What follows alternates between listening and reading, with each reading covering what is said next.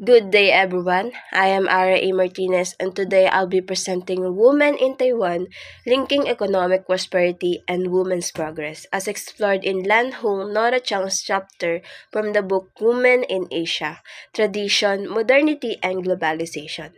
We're talking about the progress of women in Taiwan and how their roles have evolved with the country's economic growth. We'll explore some big changes, ongoing challenges, and what still needs to be done for gender equality.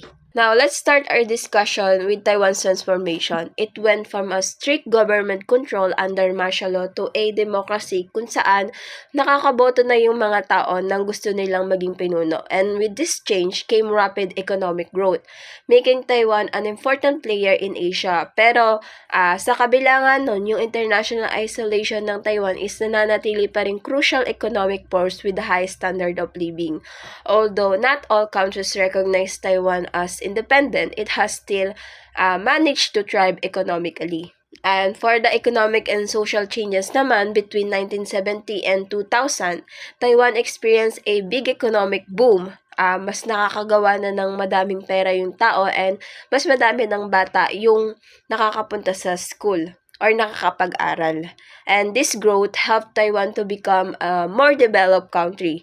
And for social changes naman, for women, this meant better access to education and work, but old-fashioned cultural values such as the Confucian norm, it still made it difficult for them to have the same opportunities as men. And on to women's role in family planning naman is nagkaroon ng malaking papel sa pagbabago ng Taiwan into a democratic country. Na-implement ito officially noong 1968 and the program successfully reduced the birth rate and the fertility rate. Taiwan also adopted the eugenicist philosophy, which initially focused on controlling population growth and later on shifted toward encouraging higher fertility rates among prepared groups in 1980.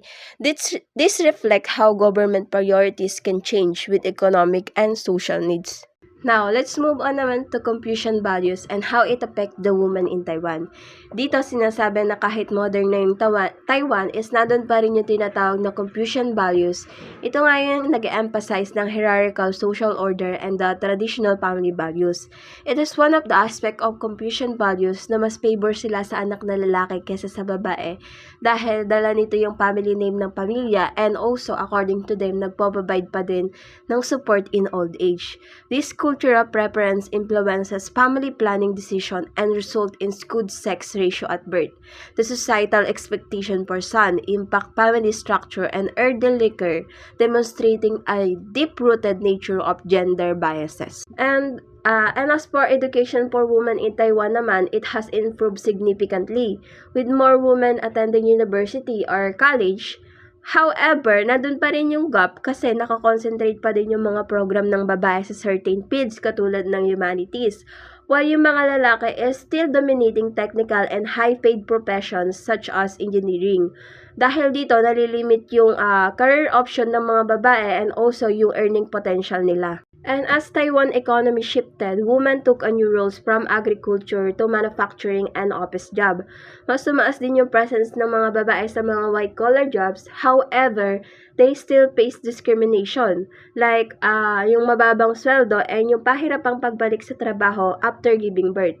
Kaya yung pagbabalance ng work and family responsibilities is still an ongoing challenge for them. In political and social participation naman, Taiwan introduced quotas to ensure some women could be elected, but they're still underrepresented in leadership roles. Taiwan government implemented a system na intended to ensure na yung female participation sa political presence ay hindi tumataas. Ibig sabihin nito is yung cultural and systematic barriers is still hindering women's full participation in politics and decision-making roles. And as for women's double burden naman, they are expected to both juggle work and household responsibility. Kaya lang with limited childcare support from the government and the father of the child. Kaya yung mga working mothers, they are often struggle to balance their careers and family duties. On recent trend and future direction naman, today, more women are entering different professions and yung gender equality ay slowly improving na. However, yung mga issues like pay gaps and unequal opportunities for women still persists. Going forward, kailangan pa ng more reforms and cultural changes to support the true gender equity in Taiwan.